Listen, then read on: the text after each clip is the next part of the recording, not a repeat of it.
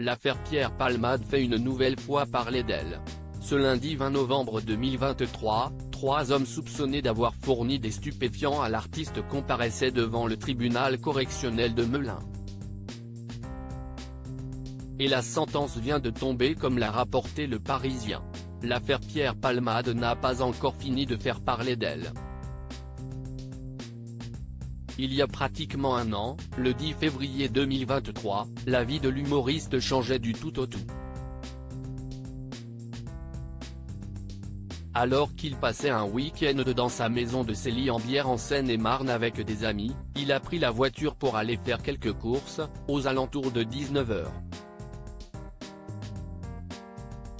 Mais tout a basculé puisque sur la départementale D382, sa voiture, une Peugeot, a violemment heurté un autre véhicule arrivant en face, une Mégane Renault. À son bord, un homme, son fils, ainsi que sa belle-sœur âgée de 26 ans. Les 2 premiers passagers passeront plusieurs heures dans le coma, subiront plusieurs opérations de chirurgie, et ont encore aujourd'hui de lourdes séquelles. La passagère quant à elle, a perdu son bébé à naître de 6 mois.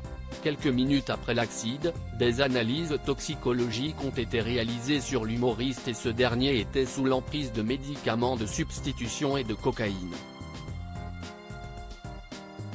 Des drogues qu'il aurait consommées seulement quelques minutes avant de prendre le volant.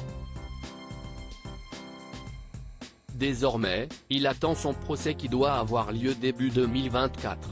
Pierre Palmade n'a pas encore pris la parole publiquement, mais ses récentes déclarations auprès de la juge d'instruction ont été dévoilées. De la prison ferme durant son audition, il aurait fait part de ses nombreux remords. « Je suis horrifié de savoir que je suis la cause de tout ça. Quand j'ai su petit à petit les gravités, j'ai su d'abord pour le conducteur, j'ai vu toute l'ampleur des dégâts chez la femme enceinte, notamment sa peur de ne plus pouvoir avoir d'enfant, ça m'a laminé. C'est monstrueux. J'ai bousillé la vie d'une famille. Je m'endors et je me lève avec ça, sincèrement. »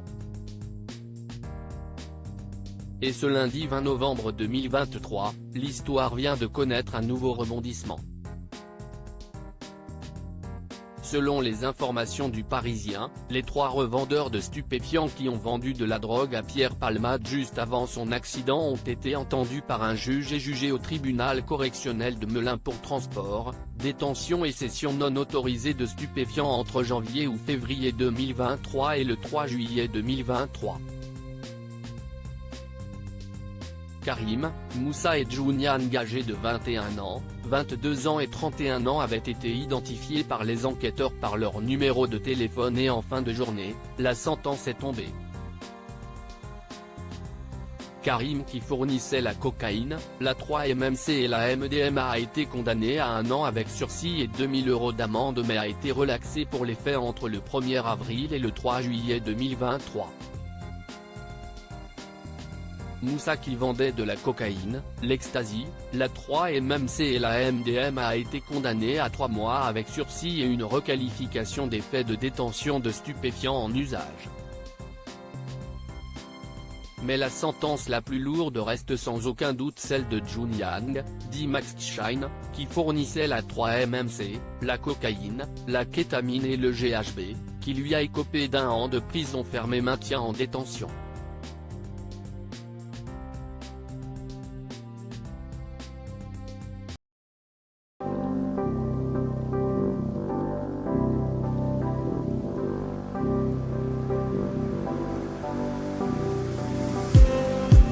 Just need some